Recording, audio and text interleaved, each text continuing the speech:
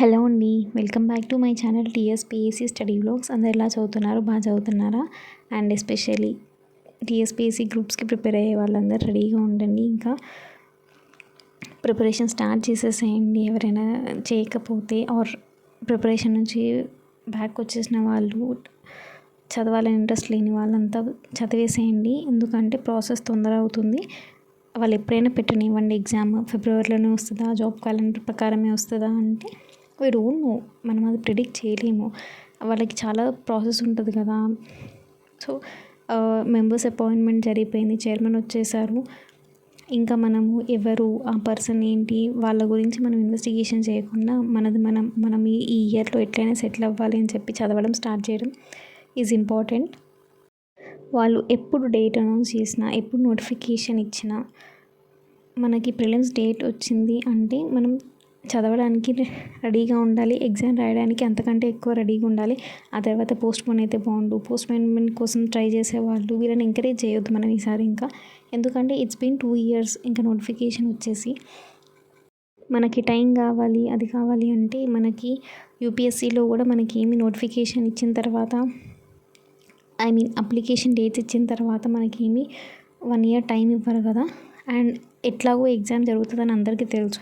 Unpredictable thing అయితే ఏం కాదు, అందరికి తెలిసిందే. ఎగ్జామ్ ఖచ్చితంగా జరుగుతుందని చెప్పి ఇప్పుడు కూడా మనం టైం వేస్ట్ చేసుకొని తర్వాత ఎగ్జామ్ పోస్ట్పోన్మెంట్ కోసం కోరుకుంటున్నామంటే అది మన నెగ్లిజెన్స్, మన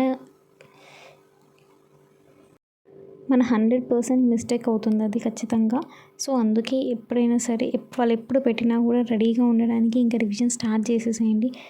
చాలామంది కంప్లైంట్ చేస్తుంటారు, ఇంట్రెస్ట్ రావట్లేదు, చదువుదామని చాలా ఉంది కానీ ఇంట్రెస్ట్ రావట్లేదు, చదవలేకపోతున్నాను, నిద్ర వస్తుంది అని చెప్పి. అవందరికీ కామన్ థింగ్స్. ప్రతి ఒక్క ఆస్పిరెంట్ లైఫ్లో అవన్నీ కామన్గా ఉంటాయి. నాకైనా సరే అన్నిసార్లు నేను 365 days నేను ఒక ఆస్పిరెంట్గా ఉన్నాను, నేను ఒక యూట్యూబ్ ఛానల్ రన్ చేస్తున్నానంటే నేను 100% ఎప్పుడు చదువుతున్నాను కాదు.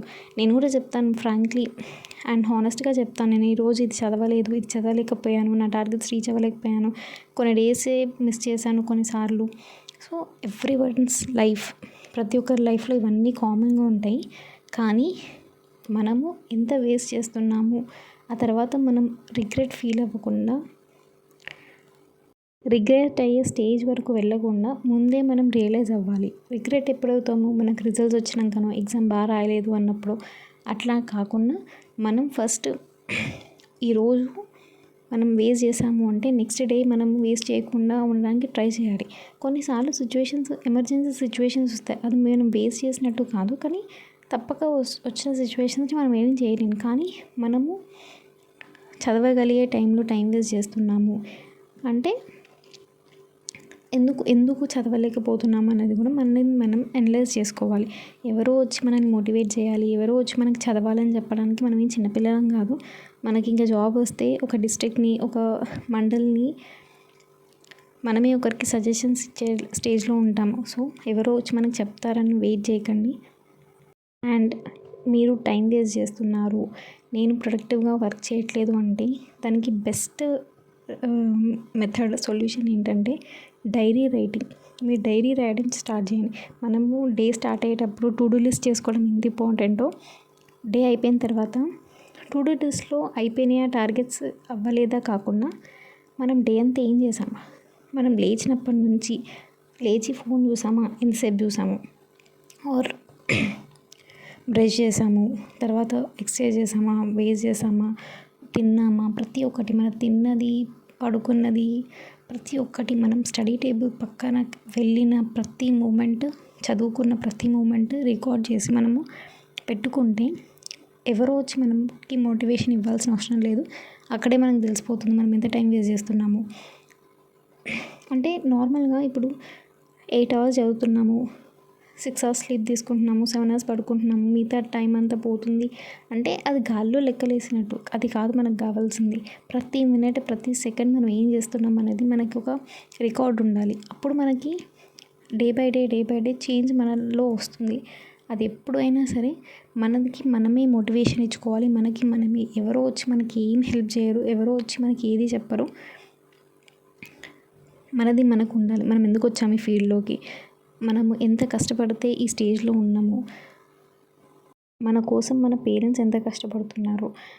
సో ఇవన్నీ గుర్తుంచుకోండి. అసలు ఎందుకు ఈ ఈ జర్నీ ఎందుకు స్టార్ట్ చేయాలనిపించింది. అందరిలాగా బీటెక్ చేసి ఆర్ మెడిసిన్ చేసి లేకపోతే ఇంకేదో ఫీల్డ్ చేసి డిగ్రీ కంప్లీట్ అవ్వగానే ప్రైవేట్ జాబ్లోకి మనం ఎందుకు వెళ్ళట్లేదు, ప్రైవేట్ జాబ్ వదిలేసుకొని మనం ఇక్కడికి ఎందుకు వస్తున్నాము అనేది మీ సిచ్యువేషన్, మీ పర్టికులర్ సిచ్యువేషన్ మీకు మాత్రమే తెలుస్తుంది. సో ఒకసారి ఆలోచించండి. టైం ఎక్కువ తీసుకున్నా సరే 1 మంత్ టైం తీసుకుంటున్నారా తీసుకోండి, కానీ స్లోగా ఇంప్రూవ్ అవ్వడానికి ట్రై చేయండి.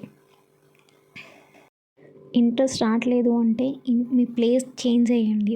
కొంచెం సేపు నేను కూర్చొని చదువుతున్నాను అంటే నేను ప్రతిసారి 24 అవర్స్ నేను చదివినంత సేపు 12 అవర్స్ నేను కూర్చొని ఏం చదవను. నేను అక్కడక్కడ వాక్ చేసుకుంటూ చదువుతాను. కింద కూర్చొని చదువుతుంటాను.